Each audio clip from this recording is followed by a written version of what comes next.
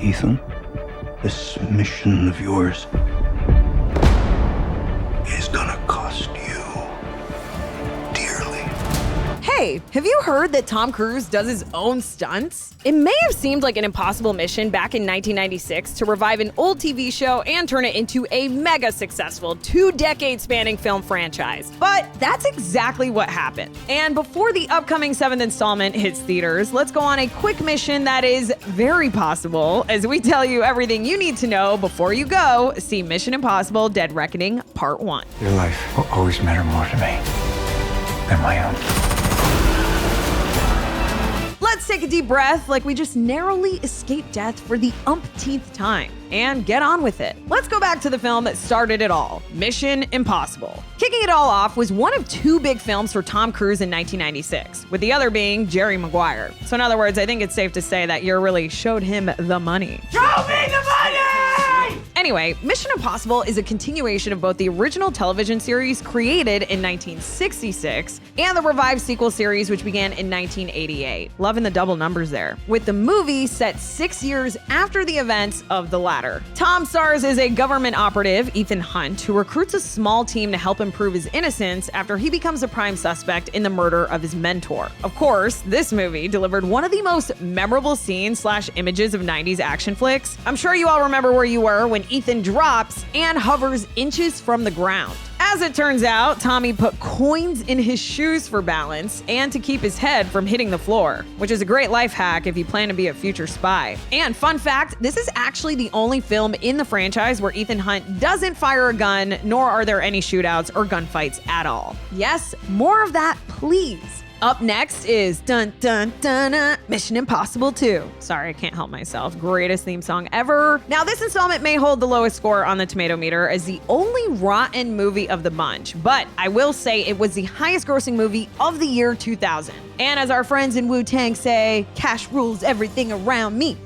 Sorry, I'm in a singing mode right now. Now, in this one, Ethan and team joins forces with a professional thief played by Thandie Newton as they try to track down a genetically modified disease being held by a rogue agent. And while Sir Anthony Hopkins making an uncredited cameo appearance may ring a bell from number 2, it's really Tom Cruise's entrance scene that is this one's major calling card. It features him free solo climbing at Dead Horse Point State Park in Utah. Tom was wearing a harness with a thin wire and there was no safety net. So I guess it's pretty impressive. Moving on to Mission Impossible 3. Number 3 in the MI film series was directed by J.J. Abrams in his directorial debut. And yes, lots of lens flares. Tom Cruise called and offered J.J. the job after Tom binged the first 2 seasons of Abrams' popular show Alias. Note to self, pick up unknown calls. Now in this film, Ethan Hunt is retired from active duty and training new recruits, but he's forced to go up against a ruthless arms dealer played by Philip Seymour Hoffman, who is threatening Hunt and those that he loves. And speaking of Hoffman, Mission Impossible 3 is one of the strongest overall casts that we've seen in the franchise, with names like Michelle Monaghan, Billy Crudup, Jonathan Rhys-Meyers, Kerry Russell, Maggie Q,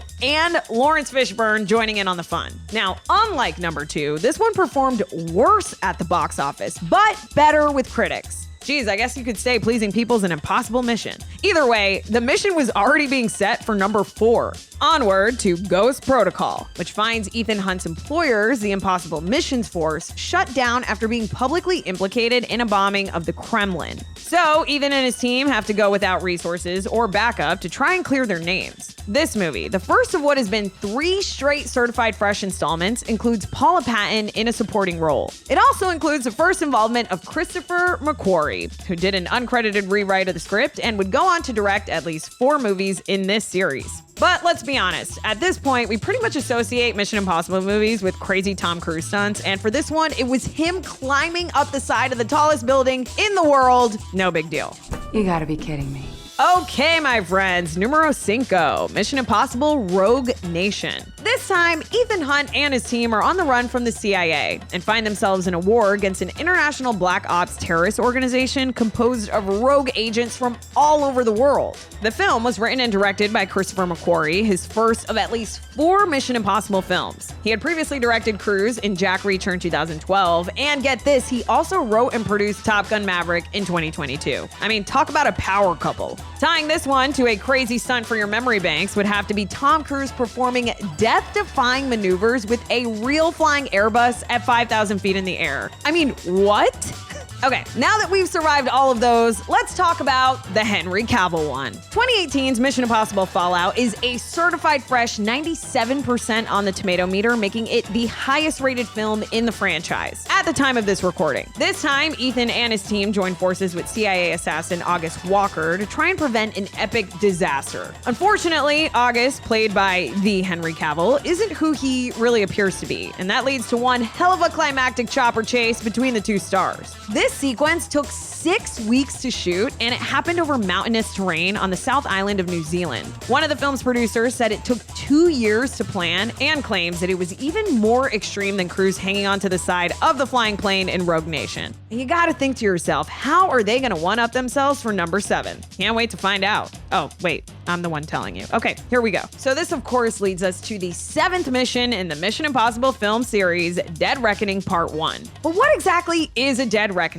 Well, based on what we know, it's Ethan Hunt's most dangerous mission yet, and that, I gotta say, is seriously saying something. I mean, have you been paying attention the last couple minutes? More specifically, it means that Agent Hunt and friends will have to track down a very dangerous weapon that threatens humanity before the bad guys get it. So I guess this is their most dangerous mission yet, and it kind of sounds like a Fast and Furious movie.